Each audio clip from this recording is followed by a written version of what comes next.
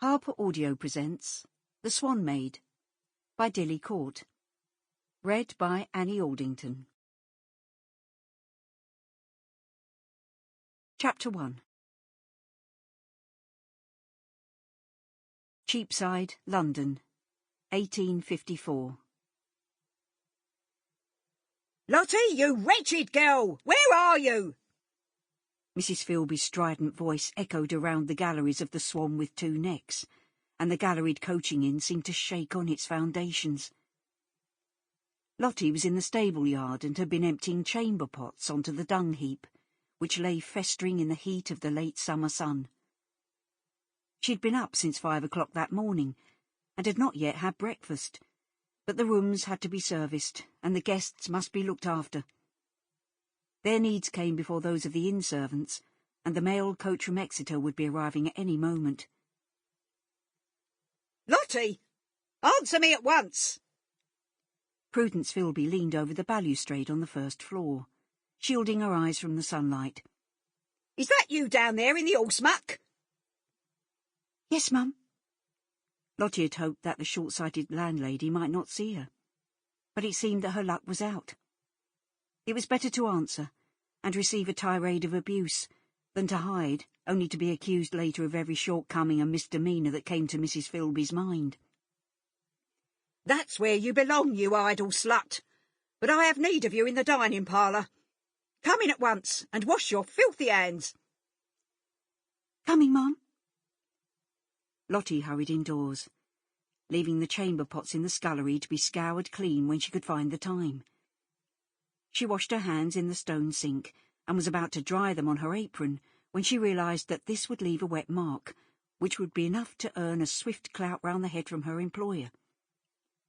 Mrs. Philby had a right hook that would be the envy of champion bare-knuckle fighters, and had been seen to wrestle a drunk to the ground on many an occasion. Her husband, Shem, who was by no means a small man, treated her with due deference, and spent most of his time in the tap-room drinking ale with his customers. Lottie hitched up her skirts and raced across the cobblestones to the kitchen on the far side of the stable yard. The heat from the range hit her with the force of a cannonball, and the smell of rancid bacon fat and the bullock's head being boiled for soup made her feel sick. She acknowledged the cook with a nod, and hurried on until she reached the dining parlour, where she came to a halt, peering at her hazy reflection in a fly-spotted mirror on the wall. Strands of fair hair had escaped from the knot at the nape of her neck, and she tucked them under her frilled mob-cap. She straightened her apron, braced her shoulders, and entered the room. Prudence Philby stood by the sideboard, arms akimbo. She glowered at Lottie. You took your time, she hissed. Clear the plates and don't offer them more coffee. The Exeter mail coach is due any minute, and I want this lot out of here. More bread, girl. A portly man clicked his fingers. And a slab of butter. I paid good money for my breakfast. Lottie hurried to his side. I'll do what I can, sir.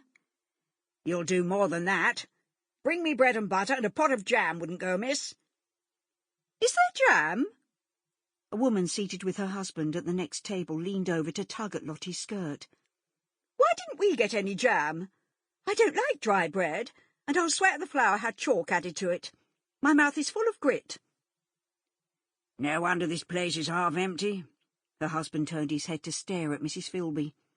This is your establishment, madam. Why have we been deprived of jam? Mrs. Philby folded her arms across her ample bosom and advanced on him, eyes narrowed, lips pursed.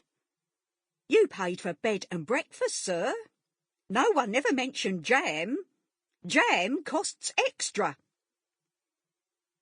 Don't make a fuss, Nathaniel. The man's wife reached out across the table to touch his hand. Suddenly I've lost my appetite. The city gentleman at a table by the window had been listening attentively, and they too started demanding more coffee and bread and butter. One went so far as to ask for marmalade. Mrs. Philby answered their requests by dragging Lottie from the parlour. She closed the door and boxed Lottie's ears. That's what you get for nothing. See what you get for something. I've told you. Sample complete.